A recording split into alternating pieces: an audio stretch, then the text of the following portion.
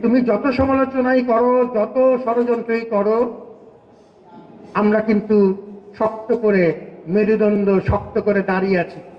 একজন সাধারণ মুসলমান হিসেবে যে বিষয়গুলো আমার জন্য কাজে লাগবে প্রতিদিন চর্চাতে, এটি হচ্ছে খুব সহজ ভাষায় লেখা।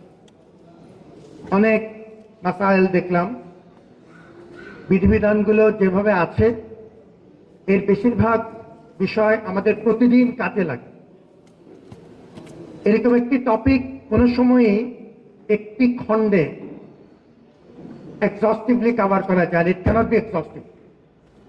আমার খুব বিনীত একটি পরামর্শ আমাদের সম্মানিত লেখকের প্রতি, যে তিনি যদি ধারাবাহিকভাবে কয়েকটি খণ্ডের কথা চিন্তা করেন।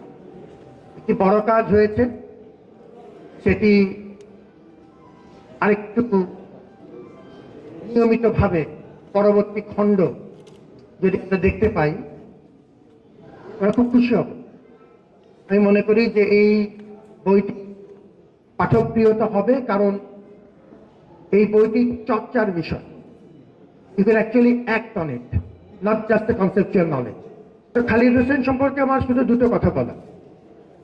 এক হচ্ছে যে তিনি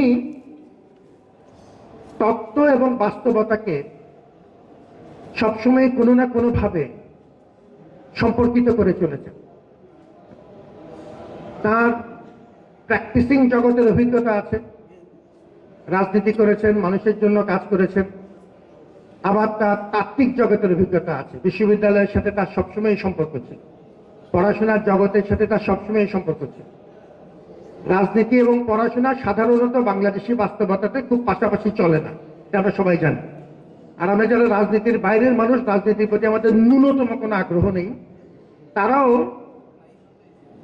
জনাব খালিদ হোসেনকে সম্মান করি এই কারণে যে তিনি পড়াশোনার জগৎ এবং বাস্তব প্রয়োগের জগৎকে এক জায়গায় করার চেষ্টা করেছেন। বাংলাদেশের যে কোনো কিছুই চ্যালেঞ্জিং, আর আমরা যেহেতু দিন এবং রাত বহুমুখী ষড়যন্ত্রের মধ্য দিয়ে আছি, সারা দেশ ষড়যন্ত্রের ভিতর দিয়ে চলছে। এই জন্য এই জাতীয় আয়োজনগুলো গুরুত্বপূর্ণ। এক নম্বর, এই জাতীয় আয়োজনগুলো সমাজকে একটি বার্তা দেয় যে আমাদের বিরুদ্ধে যত ষড়যন্ত্রই হোক না কেন, দেশের বিরুদ্ধে যত ষড়যন্ত্রই হোক, প্রতিষ্ঠানের বিরুদ্ধে যত ষড়যন্ত্রই হোক না কেন, আমরা সবাই পরস্পর হাত ধরাধরি করে একসাথে দাঁড়িয়েছি।